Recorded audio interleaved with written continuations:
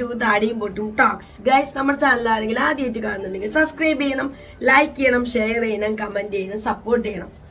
അപ്പോൾ ഇന്നത്തെ നമ്മുടെ ടോക്ക് എന്ന് വെച്ചാൽ ആലപ്പുഴയിൽ നിന്നാണ്. ആലപ്പുഴ കുടുംബ കോടതിയിൽ ഞാനിത് പറയട്ടെ, ആലപ്പുഴ കുടുംബ കോടതിയിൽ ഒരു കൗതുകം നിറഞ്ഞൊരു കാഴ്ചയുണ്ടായി. അതെല്ലാവരും സന്തോഷിപ്പിക്കുന്ന ഒരു കാര്യമാണ്. സാധാരണ കോടതി കേസ്, കുടുംബ കോടതി എന്നൊക്കെ പറയുന്നത് അത്രയും സന്തോഷകരമായ ഒരു കാര്യമല്ല. പക്ഷെ ഇത് സന്തോഷകരമായ കാര്യമാണ്. വക്കീലന്മാരുടെ എല്ലാം സാന്നിധ്യത്തിൽ 3 ആളുകൾ തമ്മിൽ ഒത്തുചേർന്നു. ആരാന്നല്ലേ, 14 വർഷം മുന്നേ അതേ കോടതിയിൽ വെച്ച് പിരിഞ്ഞ 2 ദമ്പതികള് 14 വർഷത്തിന് ഇപ്പുറം അവരുടെ മകളുമായി അതേ കോടതിയിൽ വെച്ച് ഒന്നു ചേരുകയാണ്. ഗൈസ്, അപ്പൊ നമുക്ക് നേരെ വീഡിയോയിലോട്ട് പോകാം.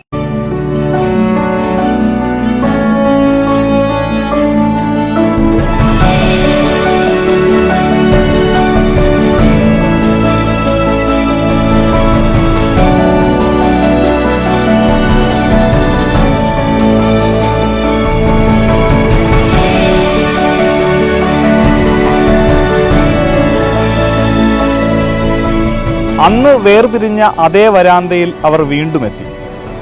എന്തിനു വേണ്ടിയിട്ടാണ് ഇപ്പൊ വീണ്ടും ഒന്നിച്ച് ജീവിക്കാൻ? പെട്ടെന്ന് ഒന്നിച്ച് ജീവിക്കണമെന്ന് തോന്നി, അങ്ങനെ ജീവിക്കാമെന്ന് വിചാരിച്ചു. പെട്ടെന്ന് കാണാൻ കുഞ്ഞിന് വേണ്ടി. ഇതിപ്പോൾ 5-6 മാസമേ ഉള്ളൂ കാണാൻ തുടങ്ങിയിട്ട്.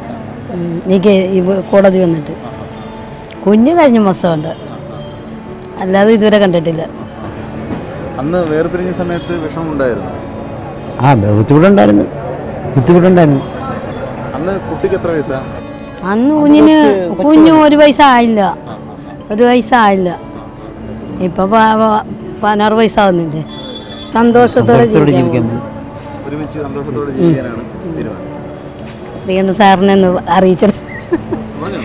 ശ്രീകണ്ഠ സാറിനെ അറിയിച്ചിരിക്കുക. ഒടുവിൽ ഏക മകളുടെ സ്നേഹത്തിന് മുൻപിൽ അവർ കീഴടങ്ങി. ആലപ്പുഴ കളർകോട് സ്വദേശിയും 58-കാരൻ സുബ്രഹ്മണ്യനും കുതിരപ്പന്തി സ്വദേശിനി 49-കാരി കൃഷ്ണകുമാരിയുമാണ് പുനർവിവാഹത്തിലൂടെ ഒന്നിച്ചത്. ആ പുനഃസമാഗമത്തിന് സാക്ഷിയാകാൻ ഏക മകൾ അഹല്യയും എത്തിയതോടെ കോടതി വളപ്പിലാകെ മധുരം പടർന്നു. അമ്മയും അച്ഛനും ഒന്നിച്ച് ജീവിക്കാൻ മകൾ ആഗ്രഹിച്ചിരുന്നു? ഉണ്ട്, ഒത്തിരി ആഗ്രഹിച്ചു. അവരുടെ സ്നേഹം എൻ്റെ ബാല്യകാലം കാണാൻ പറ്റിയില്ല.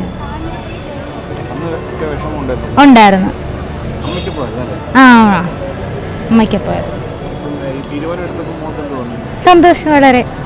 2006 ഓഗസ്റ്റ് 31-നായിരുന്നു ഇരുവരുടെയും വിവാഹം. 2008-ൽ ഇവർക്കൊരു പെൺകുട്ടി ജനിച്ചു.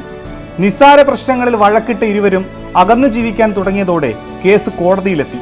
2009 മാർച്ച് 29-ന് നിയമപരമായി വിവാഹബന്ധം വേർപെടുത്തി. അന്ന് 1 വയസ്സ് മാത്രമായിരുന്നു അഹല്യയുടെ പ്രായം.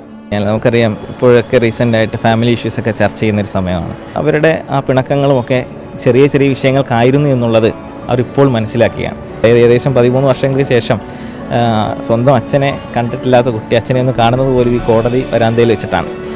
കോടതിയുടെയൊക്കെ പ്രത്യേക ഇടപെടൽ മൂലമാണ് ഇങ്ങനെ ഇവർ വീണ്ടും ഒന്നിച്ച് താമസിക്കുവാനും റീമാരേജ് ചെയ്യുവാനും തീരുമാനിച്ചിട്ടുള്ളത്. പുനർവിവാഹം രജിസ്റ്റർ ചെയ്യാനുള്ള അപേക്ഷ കോടതിയിൽ സമർപ്പിച്ച ശേഷം അവർ മൂവരും സുബ്രഹ്മണ്യന്റെ കളർകോടുള്ള വീട്ടിലേക്ക് മടങ്ങി.